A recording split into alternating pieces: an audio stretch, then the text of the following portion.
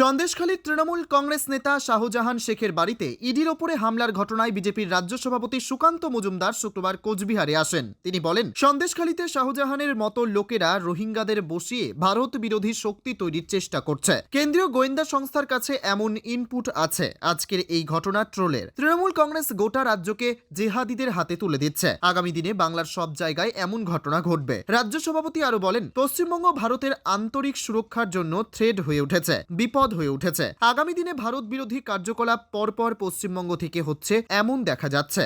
BSF এর কি তবে সীমান্ত সুরক্ষায় কোনো গাফিলতি আছে কিনা সে প্রসঙ্গে সুকান্ত মজুমদার বলেন, বিএসএফ গরু আটক করলে তা তুলে দিতে হয় পুলিশের হাতে। পুলিশ বিএসএফ এর সঙ্গে সামঞ্জস্য রাখে না। প্রায় 2 বছর আগে স্বরাষ্ট্রমন্ত্রী অমিত শাহ এসে সীমান্তে 70টি চৌকির জন্য জমি চেয়েছিলেন মুখ্যমন্ত্রী মমতা বন্দ্যোপাধ্যায়ের কাছে, কিন্তু জমি দেয়নি রাজ্য সরকার। সীমান্তের বহু এলাকা তারকাটাবিহীন। মমতা বন্দ্যোপাধ্যায় চাইছেন অনুপ্রবেশ হোক। যদি কোনো মুখ্যমন্ত্রী চায় রোহিঙ্গা ঢুকুক, ভোট ব্যাংক তৈরি হোক, তবে বিএসএফ কি করবে? এ প্রসঙ্গে রাজ্য সভাপতি আর কি বলেছেন শুনবো।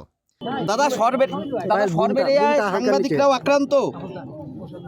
নতুন কি আবার রোহিঙ্গাদের কাছে গেলে চুমু খাবে নাকি সাংবাদিকদেরকে?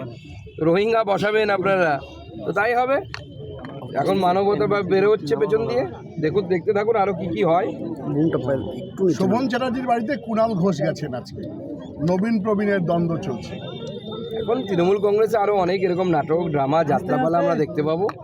নবীন ভার্সেস প্রবীণ, পিসি ভার্সেস ভাইপো, সব নাটকবাজি চলছে। সবাই বুঝতে পারছে যে নোটে গাছটি মুড়লো, আমার গল্পটি ফুরলো।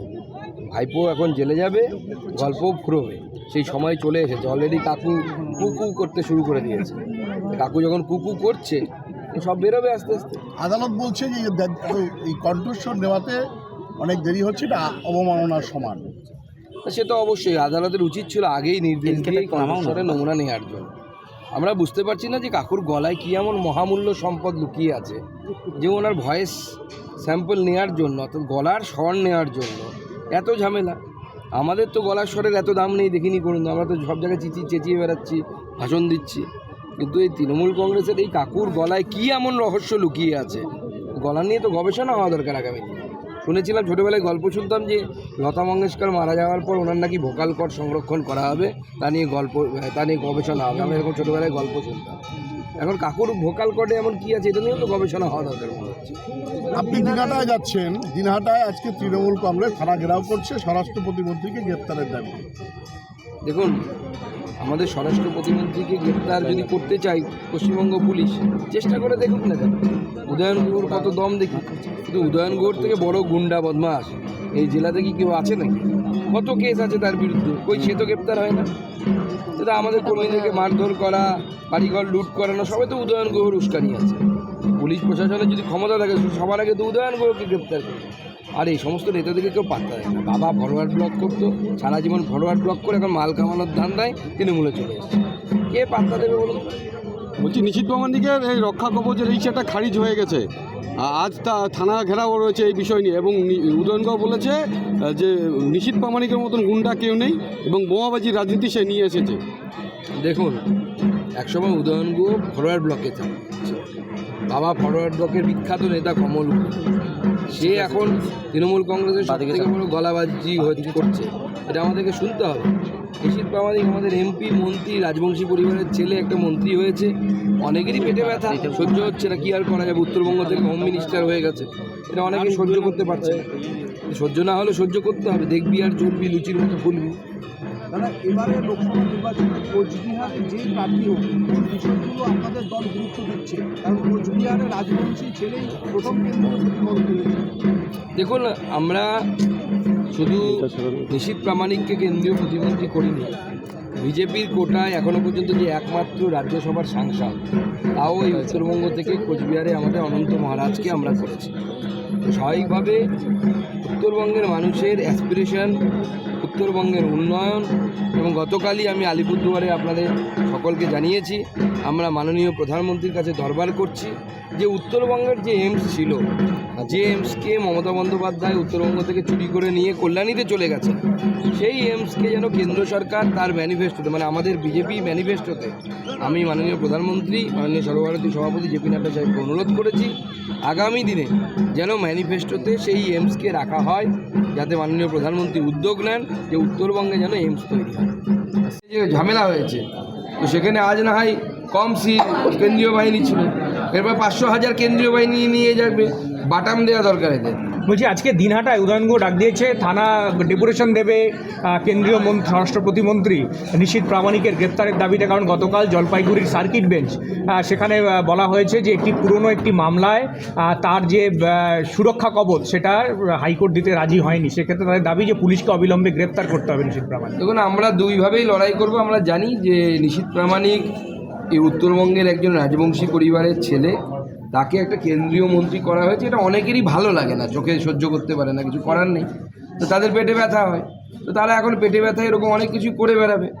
তো আর এখানকার সবথেকে বড় গুন্ডা বদমাস তো হচ্ছে যার নাম নিচ্ছে সে, তার বিরুদ্ধে কত এফআইআর আছে তার ঠিক নেই, তো তাকে আগে গ্রেপ্তার করা দরকার। আর কোর্টে আমরা লড়াই করো, সেই লড়াই করবো, রাস্তায় লড়াই করবো, কোর্টেও লড়াই করবো। দম থাকলে আমাদের মন্ত্রীকে গ্রেপ্তার করে দেখা, দেখি উদয়ন গৌর কত দম আছে। চলো। সংবাদ মাধ্যম আক্রান্ত হয়, তাদের দাবি যে বিজেপি ষড়যন্ত্র করছে তৃণমূল নেতাদের জন্য। এই জন্য দেখুন, এখানে গ্রামবাসী বা সমর্থক না, এর মধ্যে রোহিঙ্গা আছে, অ্যান্টি ইন্ডিয়া অ্যাক্টিভিটি করে এরকম লোকেরা আছে। বর্তমানে তৃণমূল কংগ্রেসের এই নেতারা ভারতবর্ষের আন্তরিক সুরক্ষার জন্য অন্যতম থ্রেট বা ভয়ের কারণ হয়ে যাচ্ছে। পশ্চিমবঙ্গ সরকার যেভাবে এই রোহিঙ্গাদেরকে যেভাবে প্রোৎসাহন দিচ্ছে, শাহজাহানের মতো লোকেদেরকে যেভাবে দেশবিরোধী কাজে প্রোৎসাহিত করছে, আগামী দিনে পশ্চিমবঙ্গ সরকার ভারতবর্ষের অর্থাৎ আমাদের দেশের ইন্টারনাল সিকিউরিটি আন্তরিক সুরক্ষার জন্য বিপদ। এবং আজকে যে ঘটনা ঘটলো, এটা গ্লিমস ইংরেজিতে যাকে বলে, বাংলায় বলে যে প্রতিচ্ছবি, সামান্য একটা ছোট্ট অংশ দেখতে পেলেন, আর এর ট্রেলার। আগামী দিনে বাঙালিদের সাথে এরকম সব জায়গায় হতে পারে, সেই জন্য বাঙালিদের চিন্তা করা উচিত যে তৃণমূল কংগ্রেস নামক হারমাদ জিহাদিদের হাতে এই বাংলার দায়িত্ব বাংলার মানুষ ছেড়ে রাখবে, নাকি যে বাঙালির জন্য এই শ্যামাপ্রসাদ মুখার্জি বিজেপির প্রতিষ্ঠাতা বৃত্তিপুরুষ, যিনি বিজেপি তৈরি করেছিলেন, তার লোকেদের হাতে বাংলাকে দেবে। নাহলে বাংলার অবস্থা ওই বাংলাদেশের মতো হবে। আজকে সকাল থেকে রেশন দুর্নীতির মামলা। কোচবিহার থেকে নিজস্ব প্রতিনিধির রিপোর্ট, টাইমস 14 বাংলা। সব মাই চায় মেয়েকে রাজরানীর মতন সাজাতে, সাজিয়ে তুলতে চায় সোনার গয়নায়। ওরিয়েন্ট জুয়েলার্স, সোনা যা সর্বক্ষণের। Senco gold and diamonds Raiganj শোরুমের 17তম বর্ষপূর্তি উপলক্ষে বছরের শেষে সেরা অফার নিয়ে এসেছে Raiganj Senco gold and diamonds, শুধুমাত্র আপনাদের জন্য। প্রতি 10 গ্রাম সোনার গয়নায় সোনার মূল্যের ওপর থাকছে 2170 টাকার ছাড়। হীরের গয়নায় হীরের মূল্যের ওপর 25% পর্যন্ত ছাড়। প্ল্যাটিনাম গয়নার মজুরির ওপর 20% পর্যন্ত ছাড়। রূপোর গয়না, গসিপ এবং গ্রহরত্নের ওপরে বিশেষ ছাড়।